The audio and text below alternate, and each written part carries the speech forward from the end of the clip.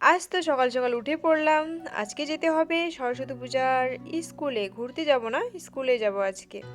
ছেলেকে নিয়ে আজকে একটু স্কুলে যাব। আজকে ওর বাবার কাজ অনেকগুলো পড়ে গেছে, তার জন্য কিন্তু আজকে ঘুরতে যাওয়া হবে না। তো স্কুলে চলে এসেছি, কিছু বাচ্চা কাচ্চারা খেলাধুলা করছিল, আর আমি প্রায় 9টা সাড়ে 9টার থেকে স্কুলে বসে আছি।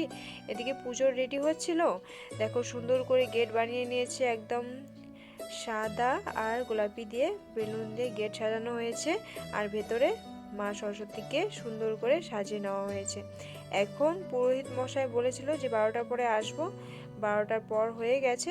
এখন পুরোহিত মশাই চলে এসেছে, আর একটা দিদির এই ধূপকাঠিগুলো জ্বালিয়ে দিচ্ছিল সুন্দর করে। আর এখানে মাস্টার মশাই, তারপরে ম্যাডামগুলো সবাই ছিল, সবাই মিলে কিন্তু এখানে এখন অঞ্জলির জন্য রেডি হয়ে গেছে।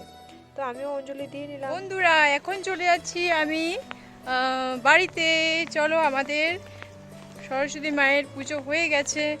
সবাইকে হ্যাপি সরস্বতী পুজো। টাটা।